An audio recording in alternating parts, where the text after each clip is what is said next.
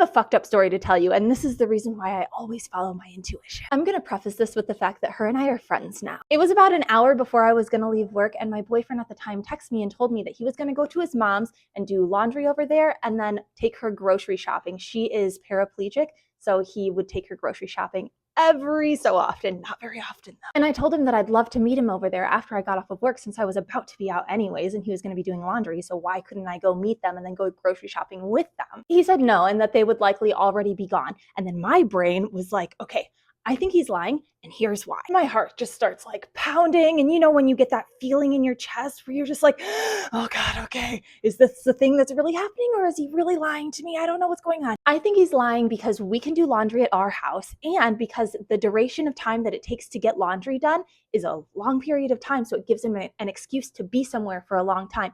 And he doesn't take his mom grocery shopping very often, but using that excuse will ensure that even if I drove by, like check on him, he won't be there because he's off grocery shopping with his mom at an unknown grocery store. There's a girl who he had slept with in the past. He lied to me about that. I didn't know at this time yet that he had actually slept with her. But he used to go over to her house all the time, and him and I laid a ground rule that you can hang out with her. You guys can go out to lunch, breakfast. I don't care. Please don't go to her house. I'm very uncomfortable with that. I don't know where this girl lives, but I have a feeling that he's over at her house and not at his mom. So I'm driving and talking to my sister, and I'm now like very much putting the pieces together. So I drove all the way home, and then I got on my phone. And again, I don't know where she lives, but turns out she owns her house. I didn't know that, but I found out because Google. So I found where she does live, and I did a drive-by, and I'm on the phone with my sister, and I'm driving, and I'm about to get to his house, and I'm like, if he is there, I don't know what I'm gonna do. And my heart is racing. My heart's racing right now. And I round the corner, and there is his white Corolla. He was there. He was there. He was there. He lied to me. He went to the house that he wasn't supposed to go to. Is he cheating on me right now? I know that he's there. I am shaking right now. So I drove around the block, and I parked my car, and I said to my sister, I don't want to be the crazy person. I don't want to go in there and be like, bah! But I have to confront him. And if I don't confront him here, then he will make up some big lie, and he will try to gaslight his way out of this if we're home discussing this. So I was like, okay, so what I'm going to do is I'm going to go park in front of her house. I'm going to go to her door. I'm going to knock on her door. Looking at the placement of her door, I assume that her door leads into the living room.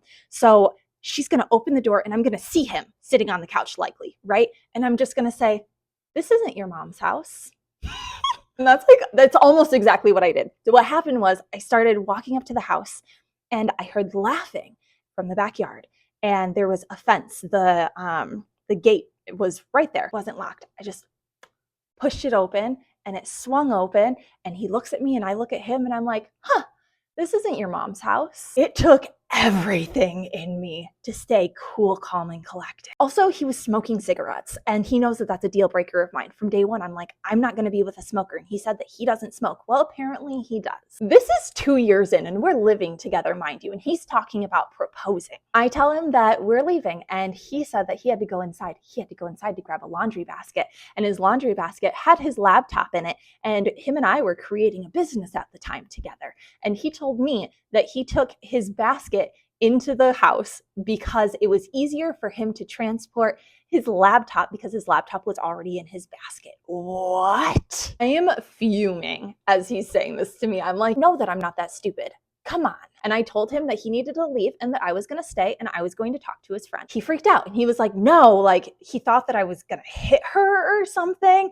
And I looked at her and I was like, listen, I just caught him like in a full-blown lie. I don't know what to do right now. And I just need to talk to a girl. I just need to talk to a girlfriend. And I'm hoping that I can borrow you as a girlfriend for this scenario right now because I just don't know what to do. And I just want to talk to you about it because I need some support. She ended up agreeing. So then I was like, okay, fucker, please leave. Thank you.